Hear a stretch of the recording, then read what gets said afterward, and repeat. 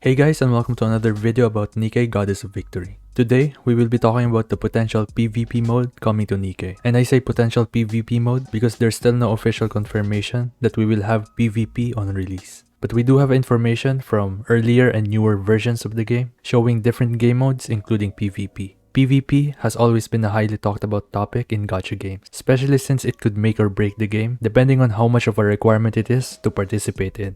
Take for example Tower Fantasy's PvP. You can get different rewards from participating and climbing up the leaderboards, but you won't necessarily hurt your progression if you decide to not participate in it. After reaching the highest rank, you get 500 Dark Crystals, which is basically 3 pulls and some change, and you also get a rare vehicle plus a special title. Other cosmetics and titles are also obtainable at lower ranks, but the bottom line is that PvP ends up being an optional activity in the game. I can see Nikke's PvP being an optional game mode as well, because this game is already tailored towards the casual players. There is no energy system, the gameplay is pretty simple, and you can pretty much build around any of your favorite characters without worrying about not being able to clear content because it's not meta.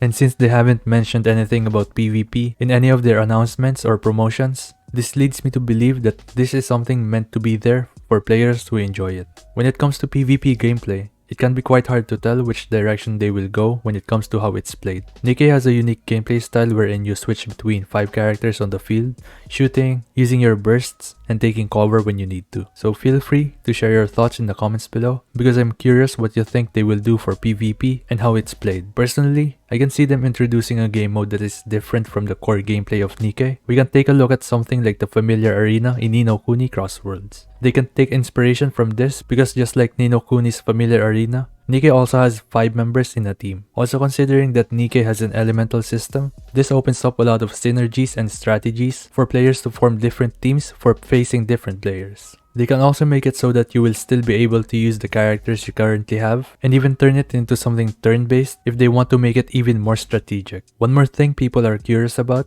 is the balancing when it comes to PvP. Because we have seen it before in games where as they release more units, it just becomes a power creep fest. But to avoid this, they can take inspiration from games like Tower Fantasy, where everyone is on the same level of play, in the sense that everyone's characters are the same level, or have a separate upgrading system for characters that affects their PvP capabilities. One obvious issue I have yet to mention is the gacha part of PvP.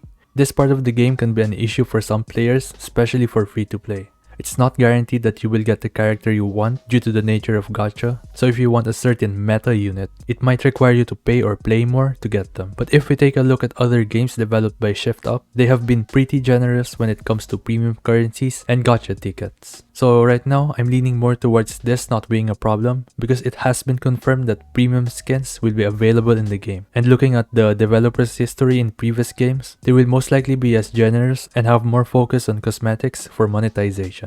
I will further explain Nikke's gacha system in one of my future videos, which I will be uploading next week leading up to the game's release. So make sure to subscribe and turn on notifications so you don't miss any of that. Overall, I can see a lot of possibilities when it comes to the different directions they can take this game's PvP. Whether if they want it to be an optional casual activity for getting a few extra gems, or be part of your daily mission that you might have to do once a day. But with all that being said, that's about everything I wanted to talk about in this video. I will definitely keep you guys up to date if any news drops about PvP or anything related to this game. If you want to know more about Nikke Goddess of Victory, go check out this video where I give you a beginner introduction to the game. And as always, thank you so much for watching and I'll see you on the next one.